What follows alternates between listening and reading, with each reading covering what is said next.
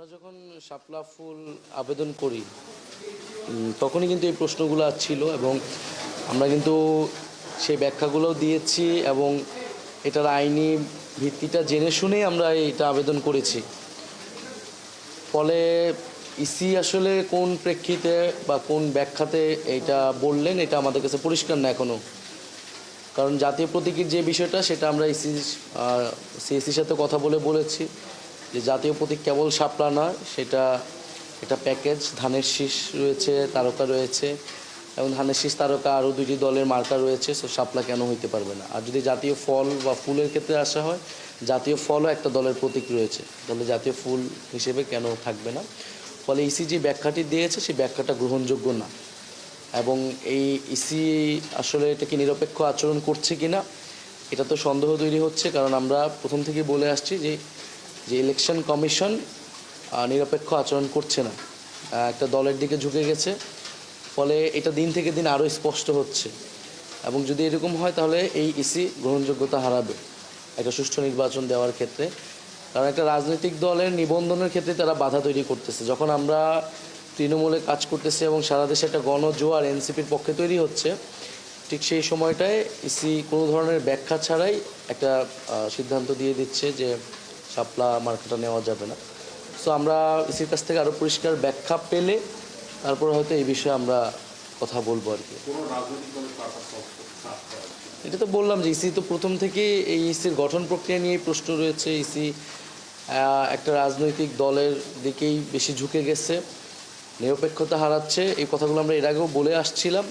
তো এটা দিন থেকে দিন আরও স্পষ্ট হচ্ছে, কারণ একটা নতুন রাজনৈতিক দল যার প্রতি অনেক জনসমর্থন, গণঅভ্যুত্থানের নেতৃত্বে তৈরি, তার নিবন্ধন প্রক্রিয়ায় মার্কা পেতে সে প্রতি পদে পদে যদি বাধা তৈরি করা হয় তাহলে তো এটা খুবই স্পষ্ট হচ্ছে জনগণের কাছে যে ইসি কার পক্ষে কাজ করছে, এই ইসি দ্বারা একটা নিরপেক্ষ সুষ্ঠু নির্বাচন সম্ভব কিনা এই প্রশ্নও মানুষের মধ্যে কিন্তু তৈরি হচ্ছে। আচ্ছা, জাতীয় নির্বাচনের সম্পূর্ণ প্রস্তুতি ডিসেম্বরের মধ্যে সম্পন্ন করার নির্দেশ দিয়েছে প্রধান উপদেষ্টা, এরকমটাই আজকে সন্ধ্যার সময় প্রেস সচিব আমাদের ব্রিফ করে জানিয়েছে। তো এটা নিয়ে আপনি কি বলতে চান?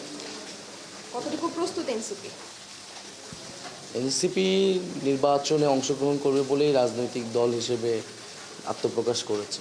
কিন্তু আমরা বরাবরের মতো বলছি, আমরা আপনাদের পদযাত্রাতেও বলছি যে বিচার সংস্কার এবং নতুন সংবিধানের জন্য গণপরিষদ নির্বাচন আমরা চাই।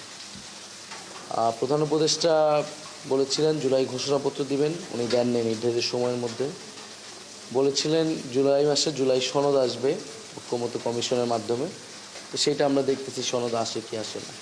ফলে আমি মনে করি এই জুলাই ঘোষণাপত্র, সনদ এবং বিচারের রোডম্যাপ, এক্ষেত্রে সরকারের আরও বেশি উদ্যোগী হওয়া উচিত।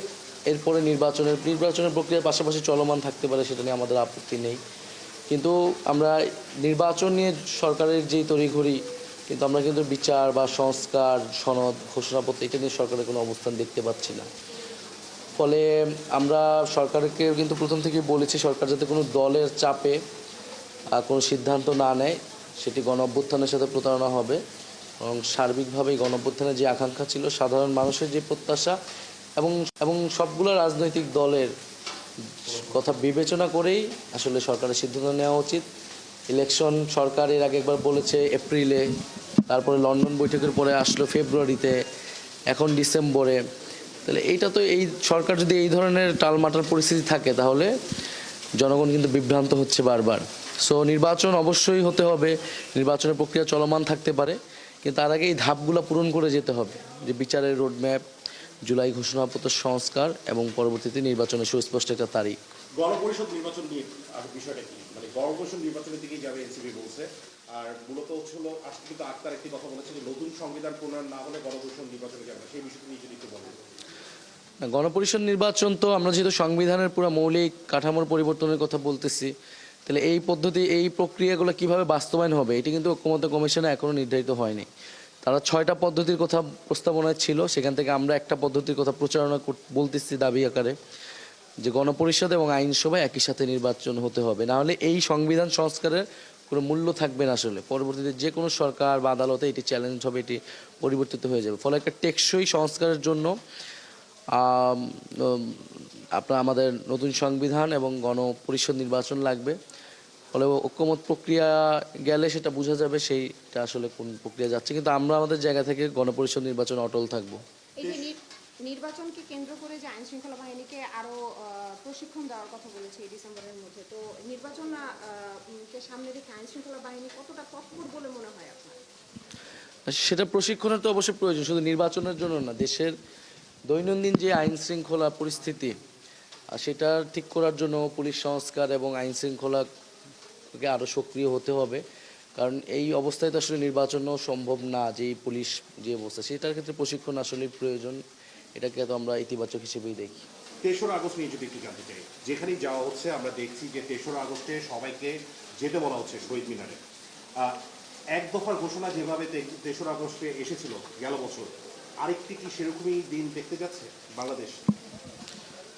3রা আগস্ট আমরা জনগণের কাছে মেসেজ দিয়ে রাখতেছি যে সরকার যদি ঘোষণাপত্র সনদ ব্যর্থ হয় বা কোনো দল যদি সেখানে অংশগ্রহণ করে না করে ঐক্যমত প্রক্রিয়া, তাহলে জনগণ যাতে রাস্তায় থাকে এবং সেখান থেকে আমরা আমাদের দাবি আদায় করব।